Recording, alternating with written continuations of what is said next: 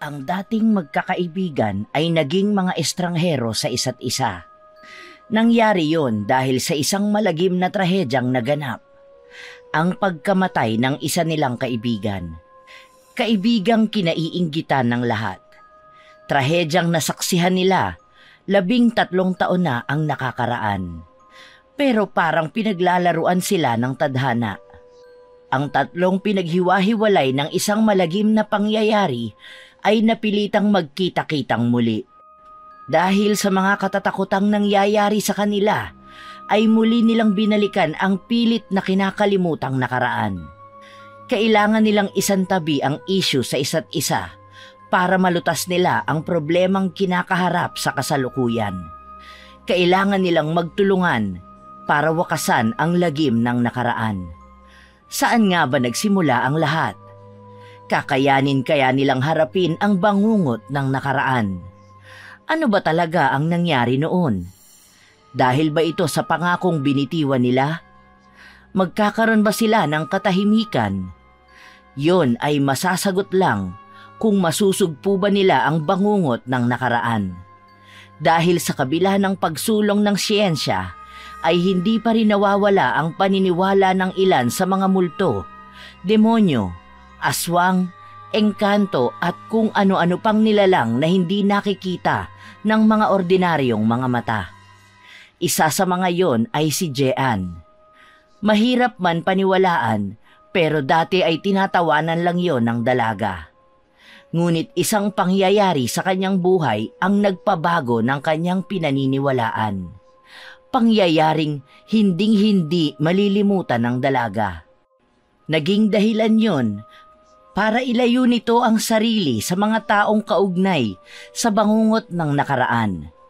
Kabilang na roon ang matatalik nitong mga kaibigan na sina Chanel at Candy.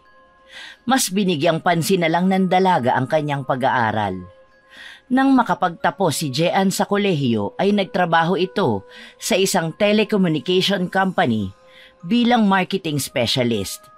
Madali lang para sa dalaga ang trabahong yun sapagkat noon pa man ay yun na ang kanyang gusto. Pero kung inaakala niyang natakasan na nila ang bangungot ay nagkakamali sila. Dahil nagsisimula pa lang ang lahat. Nang araw na yon ay nakuha ni Jean ang kanyang sahod sa trabaho kasama ang bonus at 13-month pay.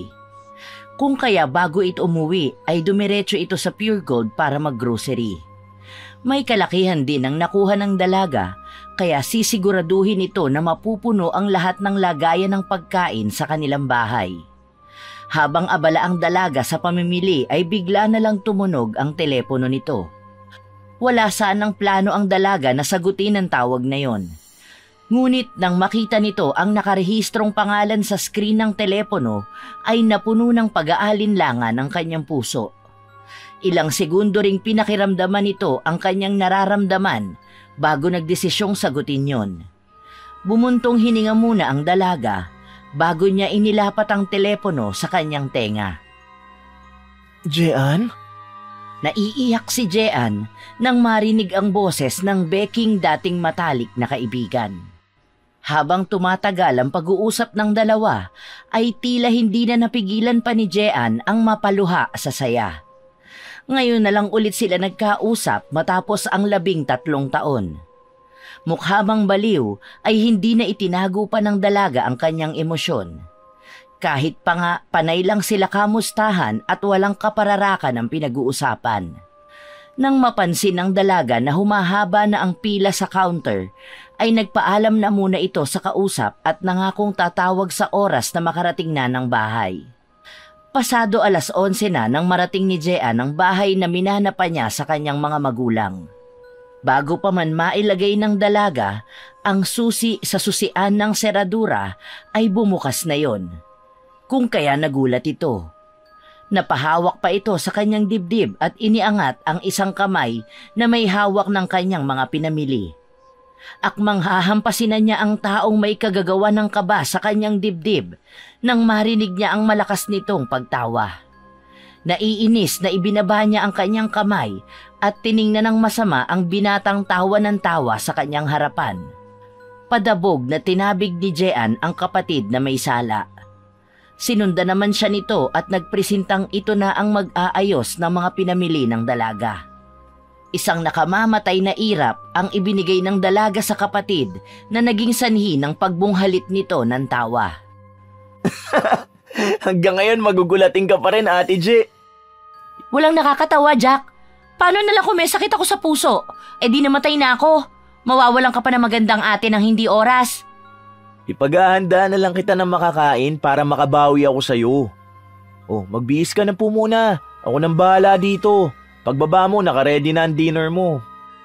Hindi na umimik si Jean at tinalikuran ang nakababatang kapatid. Nagtungo ang dalaga sa ikalawang palapag kung nasaan ang kanyang silid para makapaglinis at makapagbihis na. Umakyat sa ikalawang palapag ang dalaga at tinungo ang kanyang silid na katabi lang ng silid ni Jack. Nakakapagod. Ay, mabuti na lang talaga at hindi pa ako naiisipang iwan ng kapatid ko. Ay, thank you God. Pagkapasok ay ibinabalang ni Jean ang kanyang bag bago naghubad ng damit at nagtungong banyo. Pagpasok ng banyo ay kaagad na binuksan ng dalaga ang shower at itinapat doon ang sarili. Hinayaan niyang bumagsak sa kanya ang malamig na tubig. Habang sinasabon ang katawan ay pakanta-kanta pa ang dalaga. Batid niyang maghihintay ang kanyang nakababatang kapatid na si Jack sa kanyang pagbaba. Biglang may pilyang ideya ang pumasok sa kanyang isipan. Kaya ang plano ng dalaga ay tagalan ang ginagawang pagligo. Ano kaya kung tagalan ko? Paniguradong maiinis yun. Lalo na't ayaw na ayaw niyang pinaghihintay ang pagkain. Nang magbabanlaw na ng katawan ng dalaga, ay nakarinig ito ng pagbukas-sara ng pinto. Napahinto ang dalaga sa kanyang ginagawa. Pinatay din niya ang shower nang sa ganon ay mas malaman niya kung totoo ba ang kanyang narinig. Pinakiramdaman niya ang paligid. Nang wala na siyang naririnig na kahit anong ingay sa kanyang silid, ay hinablot niya sa pagkakasampay ang kanyang bathrobe. Isinuot niya yon bago lumabas ng banyo para tingnan kung sino ang naroroon. Pumasok kaagad sa kanyang isipan na baka ang kapatid niya yon. Pero nang buksan niya ang pinto ay sinalubong siya ng nakasusulasok na amoy. Amoy bulok na itlog na hinaluan pa ng malansa na parang metal. Halos maduwal ang dalaga dahil sa amoy na yon. Pero pinigilan niya dahil ayaw niya ng pakiramdam na yon. Tanging pagtakip na lang sa kanyang ilong ang nagawa ni Jean. Ano yun? Ang baho naman! May namatay pa yatang daga dito sa kwarto. Saan naman kaya nang gagaling yun? Inilibot ng dalaga ang paningin sa buong silid. Wala naman siyang nakitang kakaiba sa kwarto maliban sa kanyang kabinet na halos katapat lang niya. Tinitigan niya yon nang bigla na lang may kumalabog sa loob. Ay! Bakit naman sa cabinet pa? Napakahirap pa naman linisin yan. Paniguradong nangamoy na lahat ng damit ko. Hahakbang na sana si Jean para lumapit doon nang bigla na lang umihip ang malakas na hangin. Napalingon sa may bintana ang dalaga. Nangunot ang kanyang noo nang mapagtantong nakasara naman yun. Napayakap siya sa kanyang sarili nang muling umihip ang malamig na hangin. Nagtayuan ang lahat ng balahibo ni Jean. Tatakbo na sana siya palapit sa may pintuan ng silid nang biglang tumunog ang kanyang telepono na nakapatong sa bedside table niya. May pagdadalawang isip man ay mabilis niyang nilapitan ang nag-iingay na aparato. Kaagad niyang sinagot yon nang hindi man lang tinitignan kung sino ang tumatawag. Naputol ang sasabihin sana ni Jean nang marinig ang naghihisterical na beking kaibigan sa kabilang linya. Dire-diretso ito sa pagsasalita kaya walang naintindihan ng dalaga sa mga sinasabi nito. Sandali! Candy! Hindi ko maintindihan ang sinasabi mo! Slow down! Ano bang nangyayari? Sabihin mo sa akin ng dahan-dahan para magkaintindihan tayo! Ilang beses munang nagpakawala ng malalalim na buntong hininga ang nasa kabilang linya. Nang kumalma na ito ay muli itong nagsalita. Mas klaro kaya naiintindihan na ng dalaga ang mga winiwika nito. Kailangan nating magkita. Nasaan ka? Pupuntahan kita ngayon din. Importante to. Nasa bahay lang ako. Kakauwi ko lang eh. Ano ba kasing nangyayari? Alanganing oras pa, tapos ngayon ka pa pupunta? Hindi ba pwede naman tayong magkita bukas? Sakto sa day off. Mahabang katahimikan ang namagitan sa dalawa dahil sa mga sinabi ni Jean. Ilang minuto pa ang lumipas at binalak na sanang patayin ng dalaga ang tawag sa pag-aakalang wala na siyang kausap. Ngunit natigilan ng dalaga sa mga sunod na binitawang salita ng kaibigan. Nagbalik siya. Nagbalik na siya. Hindi niya tayo titigilan. Hindi. Umiiyak na saad ng nasa kabilang linya kay Jean. Bakas din sa boses ni Candy ang panginginig at takot nang sabihin yon. Nagtataka naman ang dalaga sapagkat hindi niya alam kung sino ang tinutukoy ng kaibigan. Magtatanong pa sana si Jean nang biglang magpatay-sindi ang ilaw sa kanyang silid. Binalot ng sindak at pangamba ang dalaga. Kasabay niyon ang malakas na pag-ihip ng malamig na hanging nagmumula sa kabinet. Ibinaba ni Jean ang telepono sa kanyang kama. Balak ng dalaga na ituloy ang kaninang naudlot na paglabas ng silid. Ngunit isang puwersa ang humatak sa kanya palapit sa kabinet na ngayon ay nakabukas na. Ibinigay niya ang lahat ng lakas na meron siya para paglabanan ang puwersang yun. Pero isang magaspang na kamay ang humawak sa kanyang kanang binti na tila pinipigilan ang plano niyang paghakbang. Halos hindi na makahinga ang dalaga sa kilabot na nararanasan. Nagpapalag si Jean. Nang huminto na ang hangin kasabay din ng pagkawala ng nakakapit na kamay sa binti nito, ay hindi na nag-aksaya ang dalaga ng pagkakataon. Kung kaya, mabilis siyang tumakbo palapit sa pinto ng kwarto. Halos abot kamay na niya ang seradura nang may mga kamay na pumulupot sa kanyang bewang at hinatak siya papasok sa loob ng kabinet. Ah! Walang nagawa ang dalaga kundi ang sumigaw habang nakapikit ang kanyang mga mata at nananalangin na sana ay may magligtas sa kanya. Hindi man mawari ni Jean ang kanyang nararamdaman ng sandaling yun, ay isa lang ang sigurado siya. Yun ay hindi ordinaryo ang mga nagaganap ngayon. Sa pagsigaw ng dalaga ay sinubukan niyang banggitin ang pangalan ng nakababatang kapatid. Ngunit dala marahil sa sobrang takot ay hindi niya magawang isigaw ang nais para tawagin at humingi ng tulong sa kapatid na nasa ibabang palapag lang. Nang mapagtanto yun, ay naiiyak na umusal ito ng dasal na memoryado niya. Sumasampalataya ako sa Diyos amang makapangyarihan sa lahat na may gawa ng langit at lupa. Sumasampalataya ako kay Hesukristo, iisang anak ng Diyos, Panginoon nating lahat. Habang inuusal ni Jean ang isang panalangin, ay siya rin namang hagikhik ng nilalang na humila sa kanya sa loob ng kabinet. Kasabay ng paghagikgik nito ay ang paghaplos ng magaspang at mabahong kamay sa makinis na pisngi ng dalaga. Mas lalong nilukob ng kaba ang dalaga nang magsalita ito. Nanginginig ang buong katawan na ngayon ay nakabaluktot sa loob ng kabinet. Hindi mo na ba ako naaalala? Best, hindi mo ba ako namimiss?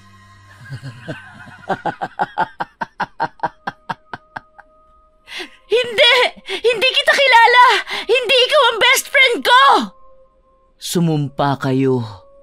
Sumumpa kayo sa akin. 13 taon na ang nakakaraan. Nakalimutan niyo na ba ang lahat? Gusto mo bang ipaalala ko sa inyo, Jeya?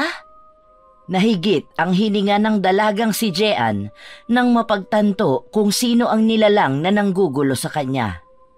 Iisang tao lang ang kilala nito na tumatawag sa kanya ng ganoon. Wala sa loob na napamulat ang mga mata ng dalaga. Doon ay natagpuan niya sa kanyang harapan ang isang magandang babae. Malayo sa naiisip niyang figura nito dahil sa magaspang na kamay na kaninang humahawak sa kanya. Maging ang amoy na kanina lang ay naaamoy niya. Rita? Ikaw ba yan, Rita? Isang magandang ngiti naman ang isinagot ng nilalang kay Jean. Lumayo pa ito ng bahagya. Ngunit napapailing ang dalaga. Kinusot pa nito ang mga matang akala niya ay may diferensya. Hindi! Hindi ka totoo! Namamalikmata lang ako! Pilit mang kinukumbinsi ng dalaga ang sarili, ay alam niyang malinaw ang kanyang mga mata at matino pa ang kanyang pag-iisip. Ngunit muling lumapit ang babae at makahulugan itong nagbitaw ng mga salita. Malapit na. Malapit nang matupad ang pangako natin. Nanlaki ang mga mata ni Jean nang mapagtanto ang ibig nitong sabihin. Doon na nag-hysterical ang dalaga. Imposible! Matagal ka ng patay! Kitang-kita namin ang lahat ng nangyari! Patahimikin mo na kami! Tama na! Ngumiti ng malapad si Rita na animoy mapupunit ang bibig nito na nagdulot ng paggapang ng takot at kilabot sa buong sistema ni Jean. Nangako kayo. Ang pangako ay pangako. Sumumpa tayo ng magkakasama. Napaisip si Jean. Wala siyang matandaan na ipinangako sa isa sa pinakamalapit na kaibigan bago nito kitilin ang sariling buhay. Kahit anong ungkat ang gawin niya sa kanyang isipan ay wala talaga siyang naaalala. Maghihintay ako sa inyo. Pagdating ng tamang oras, makakasama ko na kayong muli. Matapos sabihin niyo ng kaluluwa ng babae, ay bigla na lang itong naglaho na parang bula. Matagal bago nakahuma si Jean at naiwang tulala lang sa loob ng kabinet. Nabalik lang ang ulirat ng dalaga nang makarinig ito ng 3 katok mula sa pinto ng kanyang kwarto. May pagmamadaling lumabas siya ng kabinet at humablot ng damit bago tumakbo palapit sa pinto. Ate, matagal ka pa ba dyan? Dumating si ate kaya hindi at hinahanap ka. Emergency daw. Ay naku, tagal niyong hindi nagkita tapos emergency lang ang dahilan ng pagkikita niyo. Ang weird niyo talaga. Ikinalma muna ni Jean ang sarili. Ilang beses pa itong huminga at nagpakawala ng hininga bago pinagbuksan ng kapatid na alam niyang naghihintay pa rin sa labas. At hindi nga ito nagkamali. Nakataas ang kilay nitong tinitignan simula ulo hanggang paa ang ate niya. Huwag mo sabihin na bababa ka na ganyan ang itsura mo. Ate J, paalala ko lang ha, kahit na beke si Ate Candy, lalaki pa rin yun. Oo, alam ko. Magbibihis lang ako at pakisabi kay Candy na hintayin niya na lang ako sa sala. Bilisan mo na Ate J, baka mamaya rapin ako ni Ate Candy. Alam mo namang gwapong-gwapo yun sa akin. Inirapan lang ni Jean ang kapatid bago pinagsarahan ito ng pinto. Nang maisara ang pinto ay napapikit ang dalaga. Napasandal pa ito sa nakasarang pinto na para bang doon kumukuha ng suporta ang nanghihina niyang mga tuhod. Nang makapagbihis na ang dalaga, ay halos liparin na niya ang pagbaba sa unang palapag ng bahay.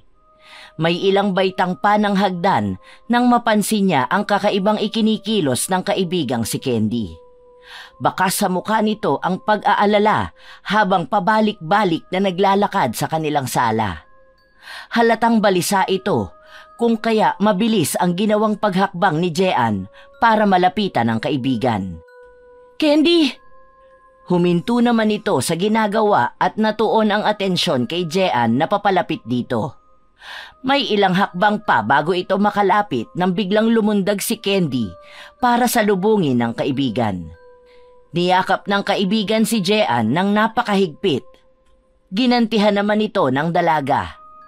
Naging hudyat yon para humagulgol si Candy sa balikat ng kaibigan.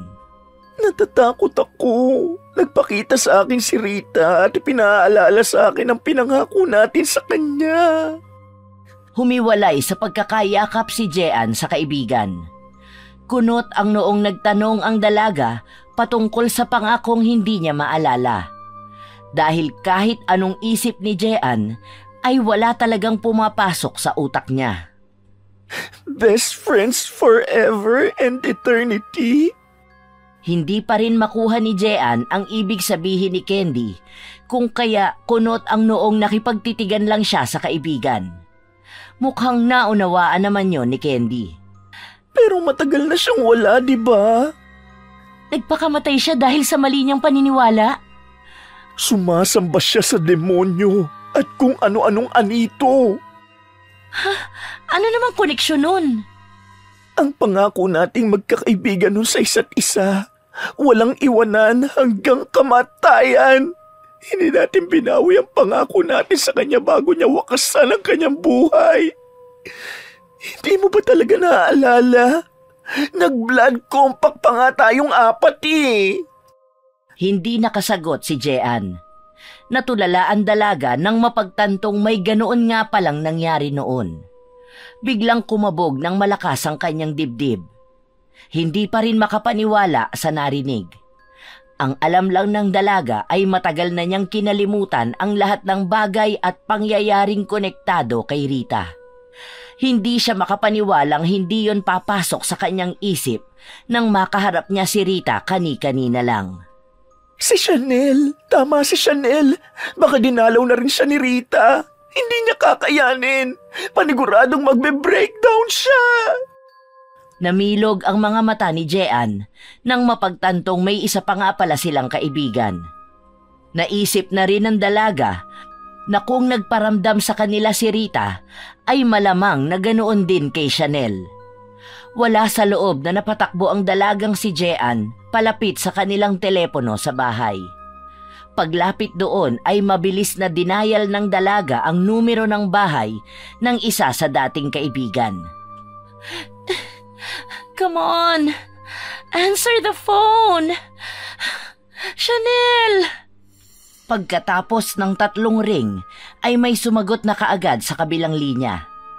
Boses matanda yon. Nakilala naman ng dalaga kung sino yon. Pagkatapos ng kamustahan ay kaagad na tinanong ng dalaga kung naroon ba ang dati nilang kaibigan na si Chanel. Ngunit bumagsak ang balikat ng dalaga sa naging sagot nito. Ayon sa matanda sa kabilang linya ay wala pa ito roon. Dahil simula nang makalabas ito sa rehab ay pinasok na nito ang kumbento at mas piniling manatili doon. Pero nabuhayang muli ng loob ang dalaga sa idinugtong nito na iuuwi raw si Chanel bukas. Nagkaroon na naman daw ito ng episode sa loob ng kumbento at sa palagay ng magulang nito ay may nag-trigger na naman daw sa baliw-baliwan nito. Magpapaalam na sana ang dalaga sa kausap nang muli itong magsalita. Balita di umano ng matanda na baka hindi na rin bumalik ang kanilang kaibigan sa kumbento dahil sa nangyari. Ganun po ba? Sige po, dadalaw na lang po kami sa kanya bukas ni Candy. Baka sakaling kumalma siya. Nang maibaba ang telepono ay kaagad na sinabi ng dalaga ang napag-usapan nila ng matanda. Nabuhayan ng loob ang dalawa at masayang nag-usap kung paano nila kakausapin si Chanel nang hindi ito naghihisterikal. Nasa ganoong pag-uusap sila nang biglang putulin yun ni Candy at may ilabas ito sa kanyang bag na daladala. Ano yan? Cards! Ngayon ka lang ba nakakita ng baraha? Alam kong baraha yan, pero alam mo naman na Pokemon cards at playing cards lang ang alam ko. Syungars lang? Tarot cards to, yung ginagamit ng mga manghuhula. Never ka pa ba nakakita ng ganito? Ngayon lang, sa mga napapanood ko kasi playing cards lang ang gamit nila. Ignorante ka talaga. Doon muna tayo sa lamesita nyo. Hihingi lang tayo ng gabay kung ano ba ang next na mangyayari. Hindi naman na nagtanong pa si Jean at lumapit na lang sa lamesita at ibinaba ang flower vase na nakapatong doon. Umupo naman sila sa sahig ng magkaharap at nasa pagitan nila ang lamesitang gagamitin. Handa ka na ba? Kung makakatulong talaga sa atin, bakit hindi? Pumikit si Candy at may mga inusal ito na hindi naman naiintindihan ni Jean. Ilang saglit pa ay kinuha nito ang kamay ng dalagang nakapatong sa gilid ng lamesita at ipinatong yon sa ibabaw ng barahang hawak nito. Nakapikit pa rin ito habang ginagawa yon. Nagpatangay na lang sa agos si Jean. Ilang sandali pa ay sinimulan ng balasahin ni Candy ang mga baraha. Matapos yon ay ipinahati-hati niya yon kay Jean sa 3. Matapos mahati yon ay muling pinagpatong-patong ni Candy ang mga baraha bago yon inilatag na parang nakakurbang bahaghari. Kumuha ka ng 5 pero wag mo munang ipapakita sa akin. Ginawa naman yon ni Jean. Pumili ito ng 5 sa mga nakalatag na baraha. Ang bawat mabubunot nito ay inilalagay niya sa harap ni Candy ng nakataob. Dinampot ni Candy yon bago bumaling kay Jean. Ready ka na ba? Oo naman. Isa-isang itinihaya yon ni Candy at sa bawat pagtihaya nito ng baraha ay palaki ng palaki ang pamimilog ng mata nito. Nang maitihaya ang huling baraha ay gulat ang ekspresyon ng mukha nitong tumingin kay Jean. Oh, bakit ganyan ang itsura mo? Ano bang ibig sabihin ng mga barahang yan? Masama to. Magkakasama at magkakasunod ang death card, ang the tower and the judgment card. Tapos may 7 of swords pa at 10 of swords. Best, hindi magandang sinasabi ng baraha mo. Ano ba kasi ang ibig sabihin ng mga cards na yan? Death card, ibig sabihin pagtatapos. Pero negative din ang sumunod na baraha mo, which is 10 of swords, pagtatapos. At hindi lang basta-basta pagtatapos dahil masakit na pagtatapos to. Yung 3? Magkakaroon ng paghuhusga sa problemang kinakaharap mo.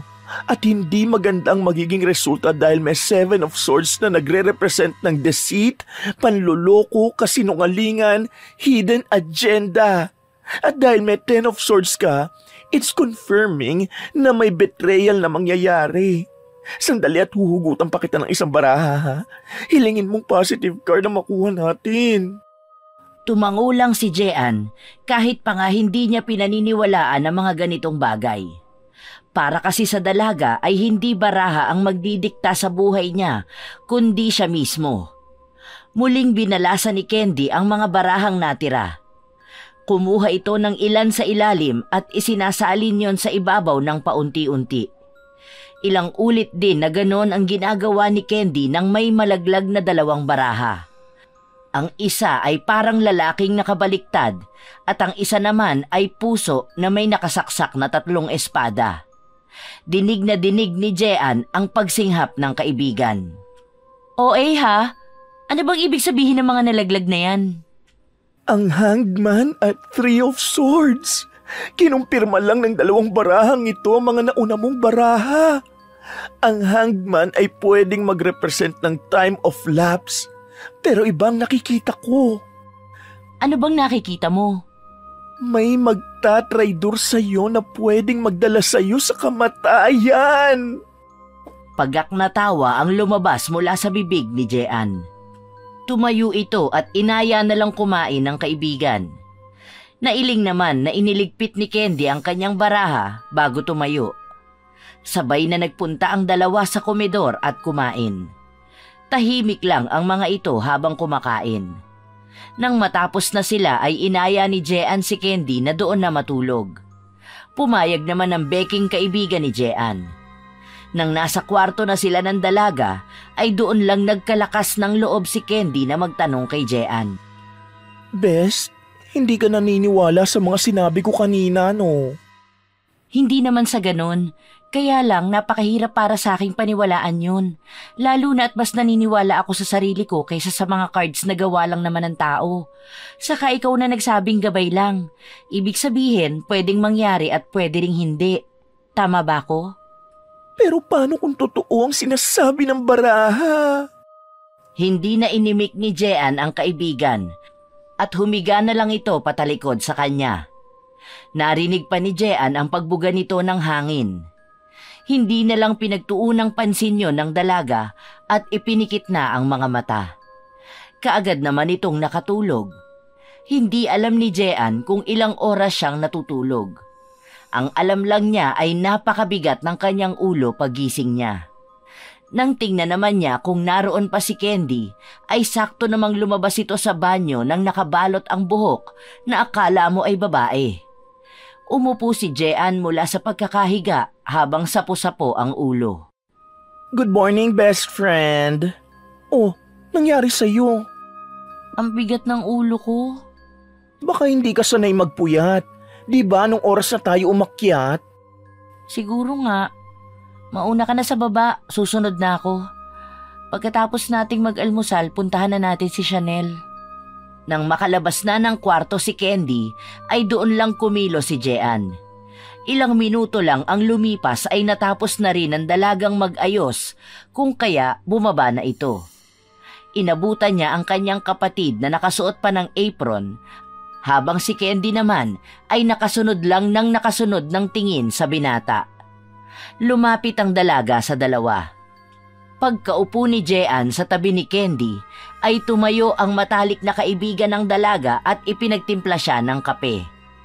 Halos sabay na lumapit sa lamesa si Candy na may dalang tasa ng kape at si Jack na may bitbit na plato na may lamang tapa. Kainan na! Kainan na!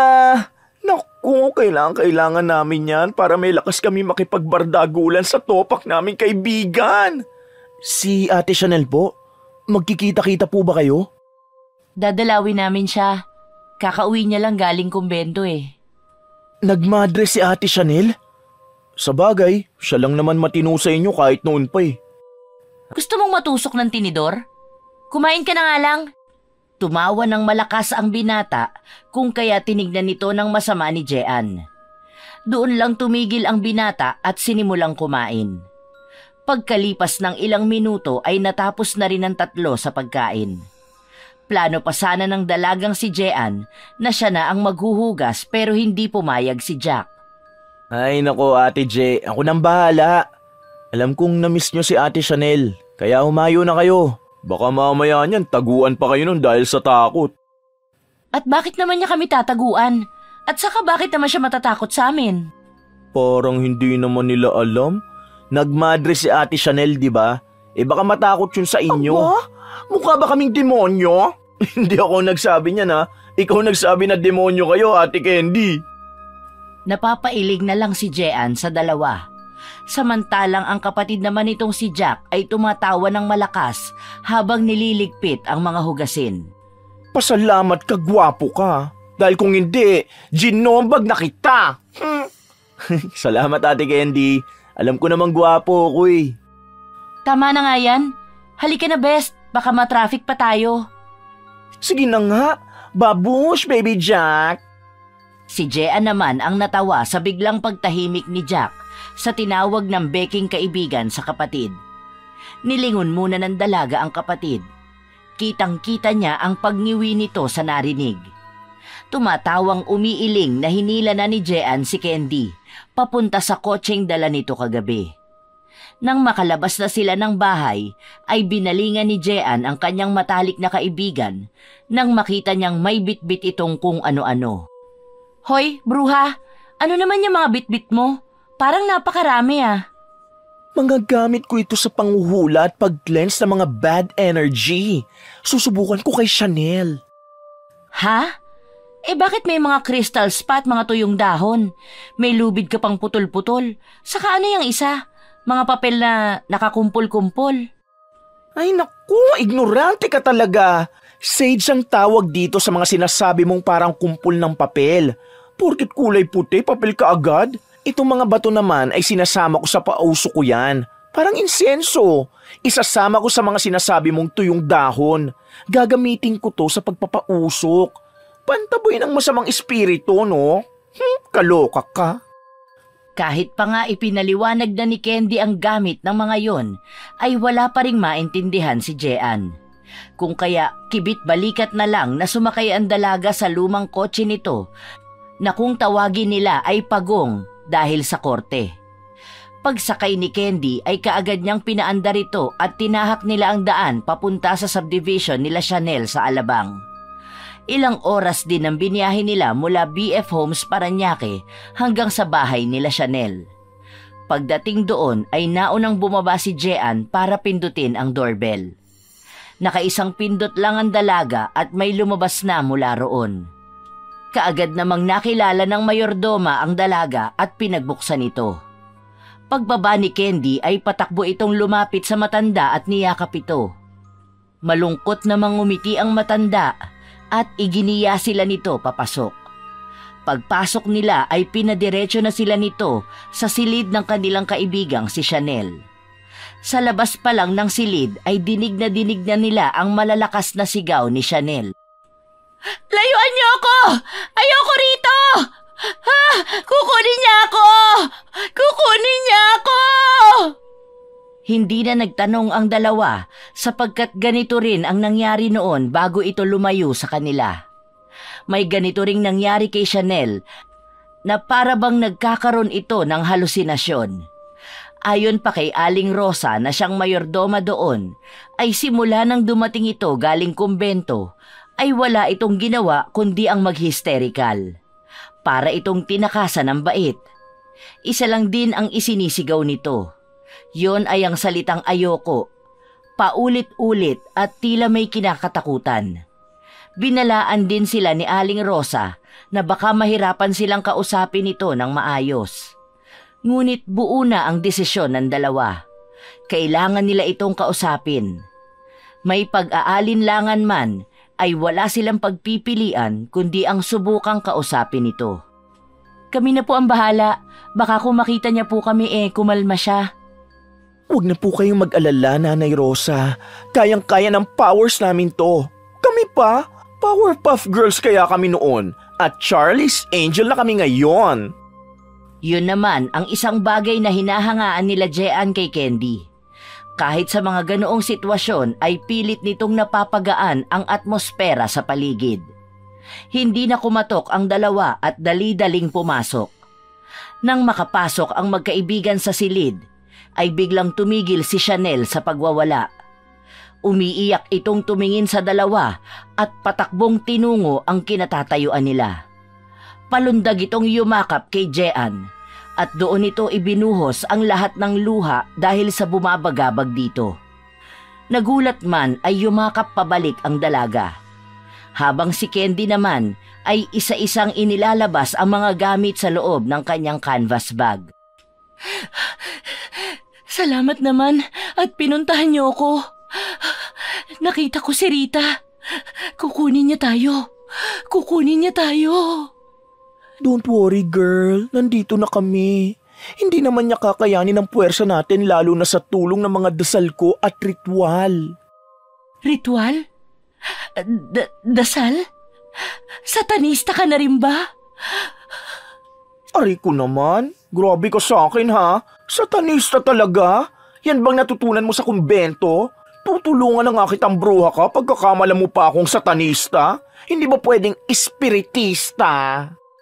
Sinimulan na ni Candy na sindihan ang sage na puti habang may ibinubulong ito sa hangin. Pagkatapos nun ay umikot-ikot ito at inikutan din ang dalawa. Nang matapos ay bumalik ito kung saan ay iniwanan ang mga iba pang gamit. Pinatay nito ang puting sage at saka naman sinindihan ang mga inilagay sa isang lalagyan kung nasaan ang mga bato at tuyong dahon. Mabilis lang namang nawala ang apoy doon at nagsimula itong umusok ng makapal. Inutusan ni Candy ang dalawa na umupo rin sa sahig at pagitnaan nila ang lalagyang umuusok ang laman. Sinunod naman yon ng dalawa kahit pa nga walang ideya ang mga ito. Ngayon ay pwede ka nang magkwento kung ano bang nangyari. Para saan ba ang pinapausok mo? Alam mo namang mehika ako, di ba? Shield natin yan para hindi tayo makita at marinig ng espiritu ni Rita. Gabi yun at kakagaling lang ng kasamahan ko sa aking silid. Nagdasal ako bago mahiga, pero ipipikit ko pa lang ang aking mga mata nang may maramdaman akong magaspang na gumagapang sa aking hita. Kung kaya napabalikwas ako, pero isa yun sa pagkakaamali ko. Dahil sa aking pagtayo, bumungad sa akin ang mukha ni Rita. Sinubukan kong tumakbo palapit sa pinto, Pero nang malapit na ako doon, may malakas na puwersang nagpatalsik sa akin. Paunti-unti nitong ikinuwento ang nangyari. Nang bumagsak di umano ang dalaga ng padapa, ay naramdaman nito na may pumatong sa kanyang likuran. Nagpupumiglas daw ito pero hindi niya magawa. Hanggang sa may naramdaman daw siyang nagtataas ng kanyang sandong pantulog. Nang maitaas ang damit ko, may mainit akong naramdaman sa aking likuran. Parang may iginuguhit sa likod ko gamit ang isang matulis at mainit na bagay. Damang-dama ko ang sakit at hapdi sa bawat pagguhit nun sa aking balat. Nagsisigaw ako, pero walang boses na lumalabas sa aking bibig. Para bang lahat ng boses, naipit lahat sa lalamunan ko. Mainit na bagay na may ginuguhit sa likod mo? Patingin nga ako ng likuran mo. Itinaas ni Chanel ang suot na t-shirt at ipinakita sa mga kaibigan ang likod. Napasinghap ang dalawa nang makita ang nakaukit sa likuran ng kaibigan. Hindi lang gulat ang nararamdaman ng dalawa ng mga sandaling yon. Lalo na nang mapagtantong hindi lang basta sugat ang meron sa likod ni Chanel. Nanindig ang kanilang balahibo sa nakikita. Ang hugis na yon ang lubos na nagbibigay ng pagkabahala sa kanila. Maihahalin tulad ang sugat ni Chanel sa likod sa isang pentagram na nakita din nila noon sa katawan ni Rita. Ang kaibahan lang ay sa may pulsuhan ang sa dating kaibigan. Masama ito. Bakit kanya minarkahan? Hindi maaari ito. Kailangan na natin magmadali. Bakit? Anong ibig mo sabihin? Kung minarkahan na niya si Chanel ay paniguradong tayong sunod niyang mamarkahan. Sa'yo ba? Wala ba siyang minarka? Taranta namang ininspeksyon ni Jean ang buong katawan. Nakahinga naman ito ng maluwag nang wala siyang makitang kahit ano. Wala akong marka. Kung ganun ay si Chanel pa lang ang minarkahan niya. Hindi ba malapit na ang araw ng kanyang kaarawan at kamatayan?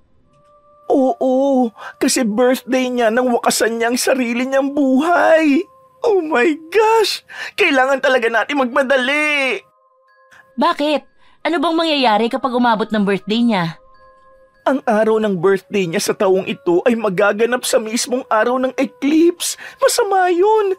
Mas magiging malakas siya at maaari na niyang magawa o may sakatuparan kung ano man ang balak niya. Maiba ko, Chanel. Ano bang itsura niya nung nakita mo siya? Wala namang pag-aalinlangang sinabi nito sa mga kaibigan ang nakita. Itinuloy nito ang kwento. Nang matapos nitong gumuhit sa likod ng dalaga ay gumaan ang kanyang likod kung kaya tumihaya siya. Pero isang malaking pagkakamali yun. Dahil sa kanyang pagtihaya ay tumambad sa kanya ang nakalutang na si Rita. Ayon pa kay Chanel ay nakakatakot ang itsura ng dating kaibigan. Naaagnas na raw ito at may mahahabang kuko. Bukod pa ron ay marami raw naglalaglagang mga insekto at uod mula sa naaagnas na kaibigan. Nahuhulog sa akin ang mga yun. Hindi ko alam kung mandidiri ba ako o matatakot. Ang alam ko lang, pagkatapos nitong tumawa na parang isang demonyo, nawalan ako ng malay. Dahil sa nangyaring ito ay napag-usapan nilang humingi ng tulong sa pamilya ni Rita. Batid nilang alam ng mga ito ang lunas para sila ay tigilan na ng kaluluwa ng dating kaibigan. Sa paglipas ng araw ay hinanap nila ang pamilya nito. Pero kahit anong gawin nila ay hindi na nila makita kahit isa man lang sa mga ito. Sinubukan nilang maghanap sa internet sapagkat kilala ang pamilya ni Rita sa kanilang lugar. Doon ay nalaman nilang tanging ang lola nito na lang pala ang naiwang pamilya at kamag-anak ni Rita. Ayon pa sa nabasa nila sa internet ay namatay sa aksidente ang ama at ina ni Rita nang araw din na magpakamatay ito. Nang umagang yun matapos mabasa ang nakita sa internet ay nag-request si Candy sa kaibigan. Mag-take ka na ng leave, Jean, para maplano na natin ang gagawin natin. 1 linggo na lang kaarawan na ni Rita. Magfa-file na ako mamaya. Sa ngayon, papasok muna ako. Kayo na munang bahala dito ha. Kung kailangan nyo magsama ni Chanel, ipagpaalam mo na rin siya sa kanyang magulang para magsama-sama na tayo dito pansamantala sa bahay. Ay, Captain! Magbibili na lang din ako kay Jack na maiiwan ka rito pagpasok niya mamaya. Ang alam ko panggabi siya ngayon. Ay naku, yari sa akin yung kapatid mo. Huwag mo nalang pansinin. Saka pwede ba tantanan mo na ang kapatid ko? Best friend kita pero hindi ako papayag na maging sister-in-law kita. Humagikhik ang beking si Candy. Nagbeso lang ito kay Jean bago umalis ang dalaga. Sa pagtalikod ng dalaga ay biglang sumeryoso ang mukha ni Candy at saka isinara ang pinto. Lumakad ito palapit sa telepono at dinayal ang numero ng bahay nila Chanel. Kinausap nito ang isa pang kaibigan at sinabihang pumunta roon. Nang matapos ang kanilang pag-uusap ay ibinaba na ni Candy ang telepono bago prenteng umupo sa sofa. Samantala, si Chanel naman ay nagmamadaling nagkarga ng mga gamit sa isang bag. Nang magtanong ang magulang nito ay sinabi niya sa mga ito ang napag-usapan nila ni Candy na doon na muna sila sa bahay ni Jean. Pumayag naman ang mga ito at nagpresenta pang ihahatid siya. Nang maihatid ito sa bahay ng kaibigan ay pinag-usapan nila ang gagawin at saka nila irerelay kay Jean pagdating nito. Habang si Jean naman ay nagdesisyong mag-half day lang sa trabaho. Inasikaso lang talaga nito ang leave niya. Nang matapos mapirmahan ng kanilang management staff ang kanyang pinasang letter ay umuwi na ito. Kumusta na kaya si Candy sa bahay? Sandali nga't matawagan? Kinuha ni Jean ang kanyang cellphone at hinanap sa contact ang numero nila sa bahay. Ilang ring lang yon at may sumagot kaagad. Alam na alam ng dalaga na si Candy yon base sa pag-hello nito. Best, natawagan mo na ba si Chanel? Anong sabi niya? Nandito na siya. Hihintayin ka na lang namin. Ganun ba? Sige, pauwi na rin ako. Approve na ang leave ko at nag-half day na rin ako para maasikaso natin ang mga dapat gawin. Sunduin ka na lang namin. Wait mo na lang kami. That's better. Hintayin ko na lang kayo dito sa labas ng SMBF. Okidoki. Pagkatapos ng pag-uusap ng dalawa ay lumakad na rin si Jean papunta sa pinakaharap ng SM. Nang madaanan ng dalaga ang red ribbon, ay bumili muna siya ng roll na cake bago tuluyang pumunta sa pagkikitaan nila ng kaibigan. Saktong paglabas niya ng mall kung saan doon din ang kanilang trabaho na matatagpuan sa huling palapag, ay natanaw na niya kaagad ang paparating na kotse ng kaibigan. Paghinto nun sa kanyang harapan ay bumaba si Chanel sa harap at lumipat sa likurang bahagi. Pagsakay ni Jean ay pinaandar na din ni Candy ang kotse. Ilang minuto lang ay narating na nila ang bahay ni Jean. Palabas naman doon si Jack para pumasok din sa trabaho nito. Pagbaba ng kotse ay tinawag pa ni Jean ang kapatid. Lumapit naman ito sa kanya. Mag-iingat ka ha, closing ka nga pala ngayon. Oh, dagdag mo sa baon mo. Ate naman, hindi na ako bata. Saka marami pang allowance ko. Kunin mo na para may extra ka. Gina nga. Bye-bye, papasok na po ako. Nang makaalis si Jack ay sabay-sabay na pumasok ang tatlong magkakaibigan. Pagdating sa loob ay kumain sila ng cake na dala ni Jean. Dahil solo naman nila ang bahay at wala si Jack ay pinag-usapan na rin nila ang gagawing hakbang para makausap ang lola ni Rita. Pakiramdam ko naman, madali lang nating makakausap ang lola niya. Bukod sa mabait si Lola Lucinda, kilala naman tayo nun. 13 years niya tayong hindi nakita. Sa tingin mo ba'y makikilala pa niya tayo? Bakit hindi natin subukan? Pwede. Gagawa na muna ako ng proteksyon natin mamayang gabi. Naku, kung magpapauso ka na naman please lang ha. Doon ka na lang sa guest room. Hihikain ako sa'yo eh. Actually, yun nga sanang ire-request ko. Jean, Candy, walang mamamatay ha? Ha? Bruha to, huwag kang nega. Pahingi ako ng kahit anong bagay na pag-aari nyo. Baka naman kulamin mo kami. Siya nga lang, Kung gusto ko kayong kulamin, baka matagal ko nang ginawa yon. Saka hindi ako marunong mangulam, no? Pangontra lang ang alam ko. Nang sumapit ang gabi ay isinagawa na nga ni Candy ang paggawa sa proteksyon nilang tatlo. Isinagawa niya yon habang natutulog ang dalawa. Gamit ang kanyang mga gamit at mga gamit na ibinigay nila Jean, sinimulan na niya ang ritual.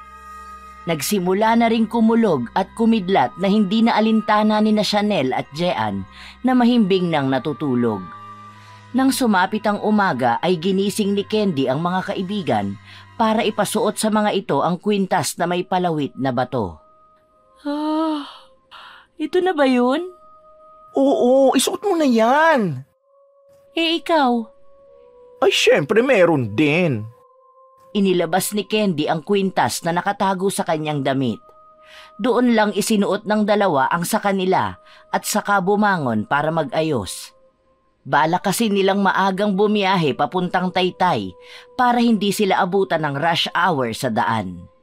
Wala pang 1 oras ay nakaayos na silang tatlo at handang-handa ng bumiyahe. Nag-iwan lang si Jean ng note sa kapatid. Saka sila lumarga. Habang nasa daan papuntang Taytay ay nakatulog sina Jean at Chanel. Hindi naman ininda ni Candy yun. Nagpatugtog na lang siya ng mahina para hindi maburyong. Ilang oras pa silang bumiyahe bago narating ang harap ng malaking bahay ni Rita. Hindi muna ginising ni Candy ang mga kaibigan. Sinubukan muna nitong tumawag ng tao. Pero kahit anong sigaw niya ay walang lumalabas. Doon pumasok ang ideyang aakyatin na lang nila ang gate. Batid naman kasi nitong walang alagang aso ang lola ni Rita dahil allergic ito sa balahibo. Doon niya ginising ang 2 pang kaibigan at sinabi ang kanyang naisip. Hindi man sang-ayon ay ginawa pa rin nila. Nahirapan pa silang makapasok doon sapagkat may kataasan ang gate nila Rita. Nasa tuktok na sila ng gate nang may isang matandang lumabas mula sa bahay. Napansin yon ni Jean. "Lola Lucinda!" Napahinto naman ang 2 nitong kasama. Sabay na lumingon sa matandang inaaninag sila. Kumaway pa si Candy sa matanda bago sumigaw. Lola ganda! Dahan-dahan ang ginawang paghakbang ng matanda. Nang sapat na ang lapit nito ay namukhaan niya ang tatlo. Tumatawa pa itong nag-sign of the cross. Bago sila sinabihang bumaba doon. Nagmamadali naman ang mga ito sa pagbaba. Nang makababa na ay isa-isang yumakap ang mga ito sa matanda. Si Jean ang pinakahuli sa mga ito. Nang humiwalay ito sa matanda ay diretsuhang sinabi nito ang kanilang pakay. Biglang nagbago ang ekspresyon ng matanda at inaya silang sa loob na lang ng bahay mag-usap. Nang marating nila ang sala ay pinaupo sila ng matanda at saka sila hinarap nito. Nagtanong ito kung ano ba ang tungkol kay Rita. Mababakas ang lungkot sa mukha nito kahit pa siya ay nakangiti. Nagpakita po sa amin si Rita at may sinasabi po siyang pangako na ginawa namin. Sa pagkakaalala ko po, ang tinutukoy niya nung pinilit niya kaming mag-blood compact. Minerkahan din po niya ako sa aking likuran. Ipinakita naman ni Chanel sa matanda ang markang sinasabi nito. Habang patuloy si Candy sa pagsasaad ng mga nangyari. Nang makita ng matanda ang marka sa likod ni Chanel ay nagulat ito. Pero sandali lang yon. Bumuntong hininga ang matanda bago nagsalita. Ayon dito ay matutulungan niya ang mga ito pero hindi nito inakalang gagawin niyo ni Rita. Mabait, mahiyain at masunuring bata ang tingin nito sa apo. Hindi lubos akalain ni Lola Lucinda na malululong sa itim na mahika ang apo. Nabanggit nga po niya na sa inyo niya natutunan ng mahikang yun, pero hindi po talaga namin alam kung ano ba ang pumasok sa kanyang isipan. Inamin nitong siya ang nagturo noon ng mahika kay Rita, pero hindi para makapanakit, kundi para makapanggamot ng may sakit. Inamin din ng matanda na ang kanilang pamilya ay may lahing mangkukulam. Ayon pa sa lola ni Rita ay sumamba noon ito sa demonyo kaya pinabalik ito dito sa Taytay upang mailayo sa mga kalahi nilang nag-iimpluwensya rito.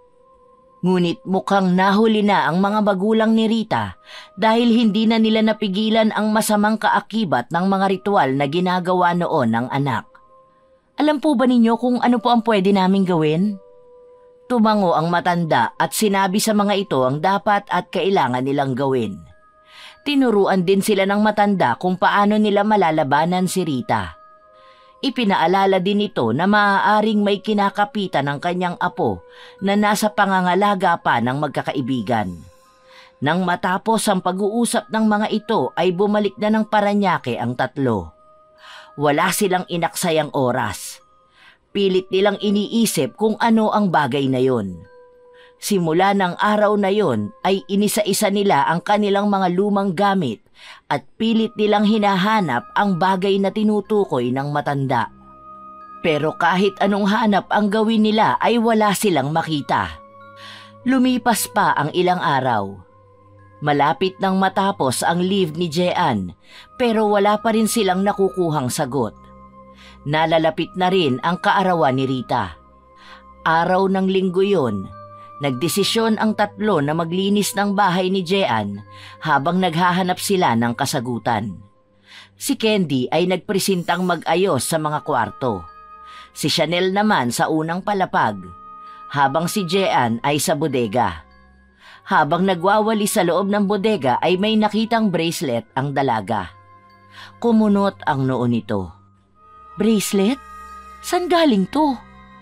Yumuko si Jean para damputin yon at tingnan ng malapitan. Nakaramdam ng pagkabog ng dibdib ang dalaga sapagkat pamilyar ang itsura ng bracelet na yon. Namutla si Jean nang mabasa sa hawak na bracelet ang mga salitang nakaukit dito. Kaagad niyang isinilid yon sa kanyang bulsa at tinungo ang mga kaibigan. Candy! Chanel! Madali kayo! May nakita ako sa bodega! Anong nakita mo? Kayamanan? Gold bar? Seryoso to, Candy! Nang makalapit ang dalawa sa kanya, ay inilabas niya sa kanyang bulsa ang bracelet na napulot. Kitang-kita niya ang pamimilog at panginginig ni Chanel nang makita yon. Lumayo ito sa dalawa at dinukot mula sa kanyang bulsa ang isang coin purse. Mula roon ay inilabas ni Chanel ang bracelet na katulad ng kay Jean. Nanlaki naman ang mga mata ni Candy nang makita yon. Itinaas naman ito ang kanyang kaliwang kamay at doon ipinakita ang kaparehas na bracelet. Ito ang niregalo noon ni Rita sa atin. May nakaukit na best friends forever. Pero ito ba talaga? Kasi madami siyang binigay sa atin eh. Hindi lang to. May bag, damit, headband at kung ano-ano pa. Pero hindi kaya ito ang sinasabi ni Lola Lucinda? Kung pagbabasehan ang nakasulat dito at sa sinasabi ni Rita nung huli ko siyang nakita, patungkol yun sa pagkakaibigan. Kay Rita ba galing ito? Hindi ko kasi matandaan noon kung sino sa inyong nagbigay nito, kaya tinago ko at lagi kong daladala. Sigurado akong sa kanya galing to. Para namang may bumbilyang umilaw sa ulo ni Jean. Mabilis siyang umakyat at tinungo ang silid niya. Hinalungkat niya ang lahat ng photo album na naroroon. Alam niyang isa lang ang maaaring maging sagot sa kanilang katanungan. Napabuntong hininga ang dalaga nang makita ang hinahanap na photo album. Nasa pinakailalim ng mga album yon. Nang sa wakas ay makita na ang hinahanap, ay bumalik siya sa ibaba kung nasaan ang mga kaibigan. Ipinakita ng dalaga sa mga ito ang photo album na naglalaman ng kanilang mga lumang larawan. Photo album? Tama, nung magkakasama pa tayo nila Rita, mahilig ka ng kumuha ng larawan. Sa ating lahat, ikaw ang laging sentimental. Bawat pupuntahan, bawat masasayang nangyayari sa atin, kinukuhanan mo. Wait lang ha. Ano namang connect? Kung si Rita ang nagbigay niyang bracelet, sigurado akong siya rin ang magsusuot nito sa atin. At sigurado ako na makukuhanan ko yun ng larawan. Ay, bakit ngayon mo lang naisip yan? Simula nang maghiwa-hiwalay tayo, Pinilit ko ng kalimutan ng kahit anong konektado kay Rita. Ayoko nang masaktan at ayoko nang matroma. Ano pang hinihintay natin? Di buklatin na yan! Nagkumpulan ng tatlo bago binuklat ang photo album. Inisa-isa nila yon. Nandyang natatawa sila, napapangiti habang isa-isang nakikita ang masasaya nilang larawan. Sa paglipas ng bawat segundo, nawawalan na ng pag-asa ang mga ito na makakakita ng katibayan na tama nga ang kanilang hinala. Ngunit sa pinakalikod na bahagi ng album ay makikita doon ang 4 na nakalinyang larawan kung saan ay isinusuot sa kanila ni Rita ang bracelet. Ang isa sa 4 na larawan ay naroon silang magkakaibigan na nakataas ang mga kamay na parabang ipinapakita ang bracelet na suot nila na magkakaparehas. Parang nawala ng lakas si Jean nang maalala kung gaano pa sila kasaya ng araw na yon. Tanda pa ng dalaga na ang larawan ay kuha 1 araw bago ang kaarawan ni Rita. All this time, nasa harap na natin ang sagot pero lumayo pa tayo. Grabe! Ngayong alam na natin ang kinakapitan niya ay may sasagawa na natin ang itinuro ni Lola Luz. Dapat natin paghandaan yun. 2 araw mula ngayon ay kaarawan na niya. Kailan ba natin isasagawa? Sasalubungin natin ang araw ng kanyang kaarawan. Sa unang pagpatak ng araw na yun ay dapat handa na tayo. Hindi ba natin pwedeng gawin yun bago ang kaarawan niya? Nakalimutan niyo na bang bili ni Lola Luz? Dapat nandun si Rita sa pagputol ng sinumpaan nating pangako. Pero matagal nang hindi nagpaparamdam si Rita. Dahil naghahanda siya sa tamang oras. Tamang oras? At yun ang tamang oras. Tama! Sinabi niya ang salitang yan sa akin noon, pagdating ng tamang oras. Nang gabing yon ay nagplano ang tatlo na pagsapit ng gabi bago ang kaarawan ni Rita ay sisimulan na nilang isagawa ang mga itinuro ni Lola Lucinda. At habang hinihintay ang pagsapit ng araw na yon ay itinuro sa kanila ni Candy ang proseso ng ritual na kanilang isasagawa. 2 araw din na inaral nila yon. Maging ang mga options na kanilang gagawin kung sakaling magkaaberya. Nang sumapit ang araw na yon ay inihanda na nila ang kanilang mga gamit. Sakay ng kotse ni Candy ay tinungo nila ang bahay nito na ayon sa Becky ay mas magandang lugar para isagawa ang ritual. Bukod sa wala itong kapitbahay, ay malawak din ang bakuran nito at makikita mula roon ang mangyayaring eclipse. Pagdating nila sa bahay ni Candy, ay hindi maintindihan ni Jean kung bakit siya biglang kinabahan. Napansin naman yon ni Chanel. Ayos ka lang ba? Oo, ayos lang ako. Kinakabahan lang. Sana nga. Huwag ka nang mag-alala, Jean. Magiging maayos na ang lahat. So tara na at simulan na natin ang pagsiset up? Yun nga ang ginawa nila. Pagsapit ng 11:30 ay sinimulan na nila ang unang bahagi ng ritual. Walang kakaibang nangyayari ng mga oras na yon. Pero nang sumapit ang eksaktong 12:00 ng madaling araw ay nagbago ang atmosfera ng paligid. Lumakas at lumamig ang simoy ng hangin. May kakaibang init ding nararamdaman ng tatlo kahit pa nga malamig ang hanging dumadampi sa kanila. Doon na sinimulan ni Candy na isagawa ang ritual ng pagtawag kay Rita. Habang ginagawa yon ay gumuhit ng bilog ang mga ito gamit ang abong ibinigay ni Lola Luz. Proteksyon yon para hindi sila masaktan ni Rita ayon dito. Siguraduhin yung hindi kayo lalagpas sa bilog na ito dahil kung hindi paniguradong yari tayo. Oo. Sige. Tama nga si Lola Luz dahil hindi nagtagal matapos ang ritual ng pagtawag ay biglang lumitaw si Rita.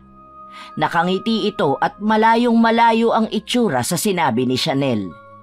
Malinis ang suot nitong puting bestida. Napakaamo rin ang mukha nito na katulad noong nabubuhay pa. Lalapit sana ito sa kanila, ngunit agad ding natigilan si Rita. Para itong napaso nang makalapit sa bilog na ginawa nila. Nagalit naman ang kaluluwa nito dahil doon. Mababaka sa mukha nito ang panggigigil. Umihip ng abnormal ang hangin sa kanila. Dahilan para mapatakip sila ng mukha dahil para silang nalulunod sa hangin nang gagaling sa likuran ni Rita. Mga traidor! Akala ba ninyo matatalo ninyo ako dahil lang sa pesteng bilog na yan? Nagkakamali kayo! Dahil sa oras na ito, ako ang mananalo! Bakit hindi mo subukan? Sumigaw si Rita ng napakalakas na naging dahilan ng pagtatakip nila ng kanilang tenga. Kasabay nun ay umihip ang napakalakas na hangin na mas matindi pa kaysa nung una. Dahil doon ay unti-unting nababawasan ang abong pumoprotekta sa kanila. Mabilis naman ang naging galaw ni Jean. Inabot niya ang isang sisidlan kung saan maaaring ikulong si Rita kay Candy. Binuksan naman yon ng dalaga at saka umusal ng isang dasal na maipanglalaban sa dating kaibigan. Ngunit yon ang akala nila. Bago pa man matapos ni Candy ang dasal, ay bigla na lang nagkikisay si Chanel habang si Jean naman ay bigla na lang sumuka ng dugo. Napahinto si Candy at napalingon sa mga kaibigan. Natatakot ang binabae sa nangyayari sa kanila. Ituloy mo lang. Huwag kang hihinto kahit anong mangyari. Kaya ko ang aking sarili at ako na ang bahala kay Chanel. Ngumiti ng malaki si Candy.